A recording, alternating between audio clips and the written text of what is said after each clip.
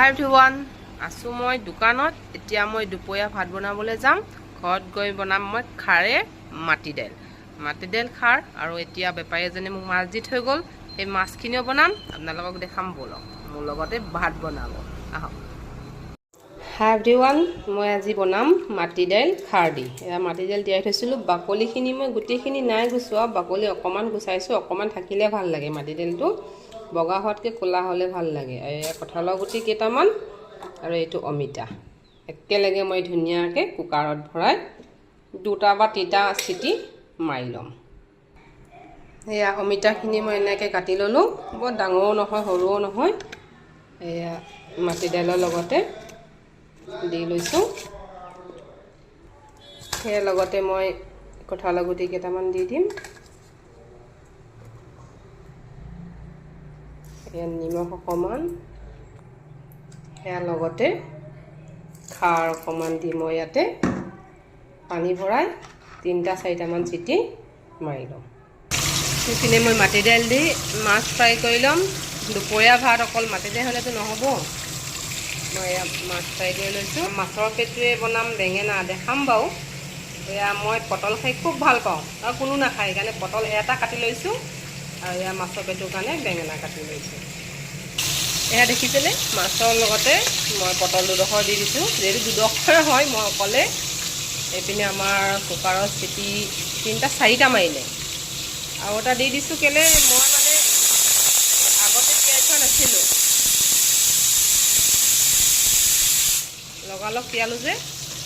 আৰু এই আধা সিজা হৈ নিচিনা থাকিলে মাটি দাইল বেয়া লাগে, সোনকাল সিজিব কাৰণ মই খাৰটো দি দিছোঁ যে। সেইপিনে মোৰ মাছৰ পেটু পাতিলোঁ বেঙেনা সৈতে।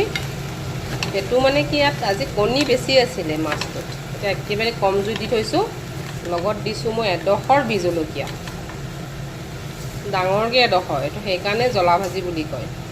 ডাঙৰকৈ এডোখৰ বি জলকীয়া দি দিছোঁ, পুৰা জ্বলা হ'ব। তথাপিও মোৰ ল'ৰা ছোৱালী হালে খাই ভাল পায় জ্বলা হ'লে পেটু ভাজি। সেয়া ভাজিবলৈ কেৰাহীতে মই পিঁয়াজ, আদা নহৰু, লগতে শুকান জলকীয়া 2টা,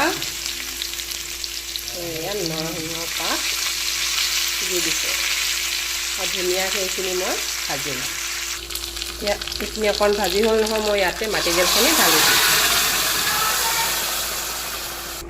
ইয়াতে মই ধনিয়া অকণমান, জিৰা অকণমান আৰু হালধি পাউডাৰ অকণমান দি এইখিনি 5 মিনিটমান সিজাই থাকিম। এইপিনে মোৰ মাছৰ পেটু প্ৰায় ৰেডি হ'ল, এইখিনিও হ'ব, বেছি দেৰি নাই।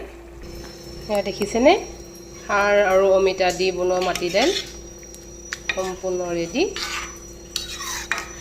মানে মাটি দাইলটো বেছি পাতলা হ'লে ভাল নালাগে, সেইকাৰণে অকণ ডাঠকৈ বনাই লৈছোঁ। কঁঠালৰ গুটিও দি থোৱা আছে, খাৰ অমিতা কঁঠালৰ গুটি।